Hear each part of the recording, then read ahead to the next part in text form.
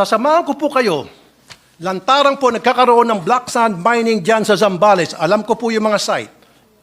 Gusto niyo po, bukas na bukas, puntahan po natin yun at mapapahiya po ang DNR. Puntahan Hindi po po. natin yung site sa Cagayan at puntahan po natin yung site sa Ilocos, sa Mindoro. Mapapahiya po kayo.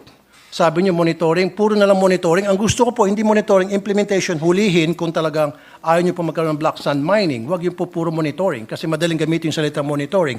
Ang sa akin po, dapat meron pong aksyon.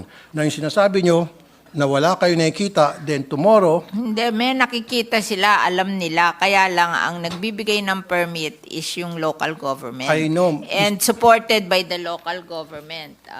exactly, Mr. President. Gusto nila na tulungan sila ng DILG kasi ang i-kontrolin mo yung local government. Exactly, Mr. President, Madam Sponsor. Dapat mag-issue ng MPS